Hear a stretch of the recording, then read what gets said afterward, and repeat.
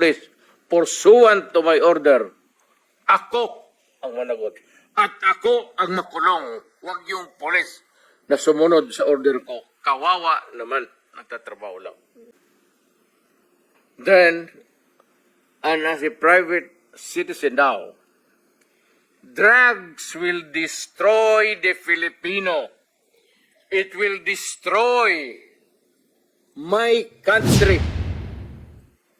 And I will never allow it. Not question my policies because I offer no apologies, no excuses. I did what I had to do. And whether you believe it or not, I did it for my country.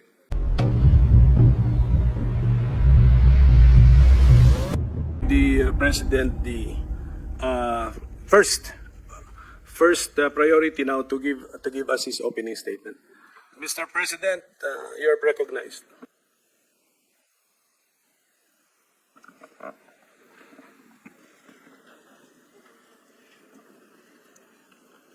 Before anything else, Senator, I'd like to thank the committee for inviting me para once and for all malaman natin ang totoo.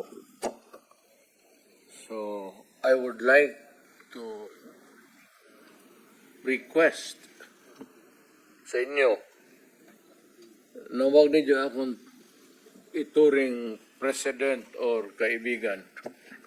Treat me as a witness and tignan natin kung lalabas yung totoo. So, with your permission, at maraming salamat po sa inyong lahat for inviting me. I'd like to start my mandate as President of the Republic was to protect the country and the Filipino people. Do not question my policies because I offer no apologies, no excuses. I did what I had to do. And whether you believe it or not, I did it for my country. The war on illegal drugs is not about killing people. It is about protecting the innocent and the defenseless. The war on drugs is about the eradication of illegal substances such as shabu, cocaine, heroin, marijuana, party drugs, and the like, as a menace which ruins people, families, communities, and relationships, and tears apart the social fabric which binds society together in peace, harmony, and brotherhood.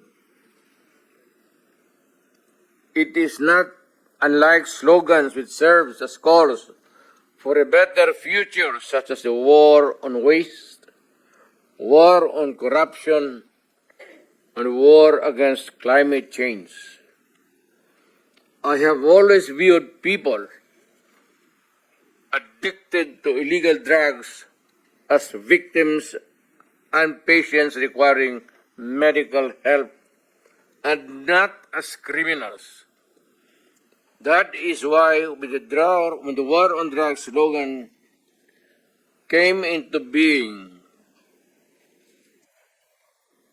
coined as first as a message to the people of Davao City to stay away from illegal drugs. But at the same time, I had a drug rehabilitation facility constructed in Davao City, a city government expense, manned by Davao City government doctors, psychiatrists, nurses, and health workers, among others, to look after the complete rehabilitation of those addicted to illegal drugs. I believe then,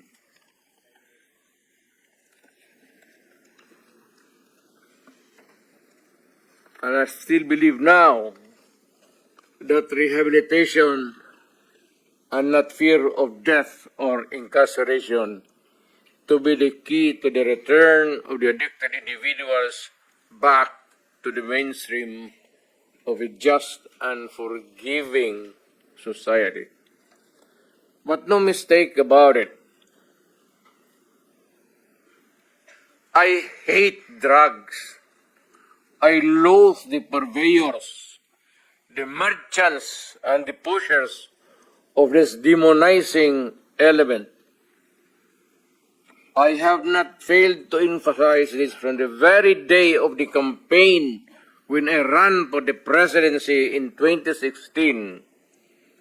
This was my covenant with the Filipinos who believed in me.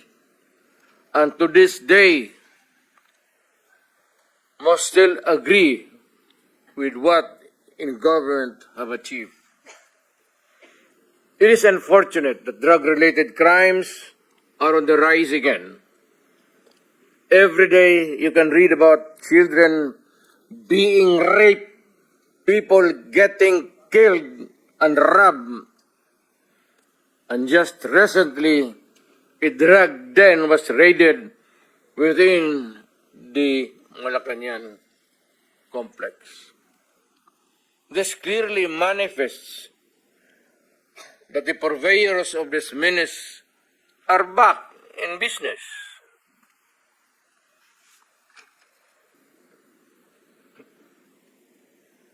Ano? Gawain natin. The Filipinos are anxious and distressed. Self-preservation is still the first law of nature. It is instinct. It is recognized in our laws as self-defense. That is why I have always told the police authorities and operatives to be mindful of this basic law of nature. However, I tell them not to abuse their authority and power, and hindi ko talaga pinayagan yung abuso ng pulis o sundalo kailanman sa buong buhay ko, and as mayor for so many years, and as president. In the guise of protecting themselves. But when your very life is placed at risk, and it can be snuffed out in a matter of seconds, then and only then must you act accordingly. Repel the aggression only in self-defense. Alam mo, matagal ako nagturo sa aming bayan sa Police Academy. When I was a prosecutor, to augment my income, noon, bago akong nagturo ako sa police. Ang sinabi ko talaga sa kanila, when you are arresting a criminal, you are not supposed to request him to surrender. Rather, you have to overcome the resistance. However, pag ayaw, it's the duty of the police is to overcome the resistance kung ayaw mag-surrender. At kung may baril, at kung tingin mo, sabi ko sa mga pulis doon sa academy, mamamatay ka, barilin mo. Barilin mo sa ulo. Patayin mo at least one less criminal in the community. Yun ang utos ko when I was a fiscal and I was a professor doon sa Police Academy. Yun ang turo ko sa kanila. No quarters given, no quarters asked. Criminal ito.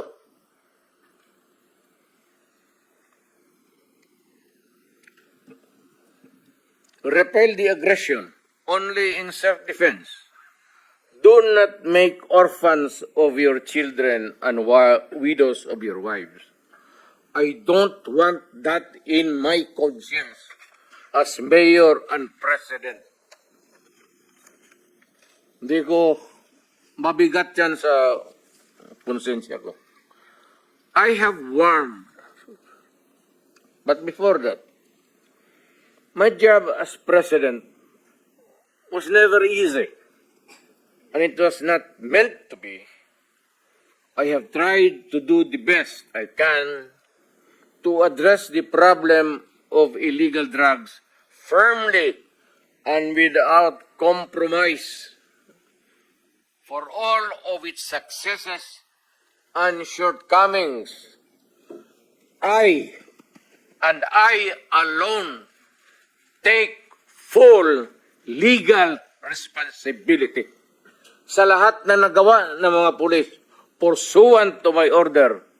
Ako ang managot. At ako ang makulong. Huwag yung pulis na sumunod sa order ko. Kawawa naman. Nagtatrabaho lang.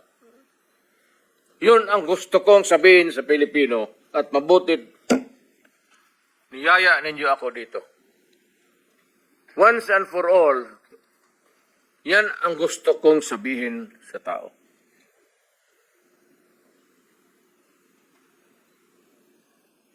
I have warned all of you as your president then and as a private citizen now. Drugs will destroy the Filipino. It will destroy my country. And I will never allow it. Maski ako empleyado sa gobyerno o private citizen, I will do what is necessary to protect my country, my community, at yung mga anak natin. This is a matter of principle. At papagkamatayan ko yan. Maraming salamat. I'm ready to answer your question.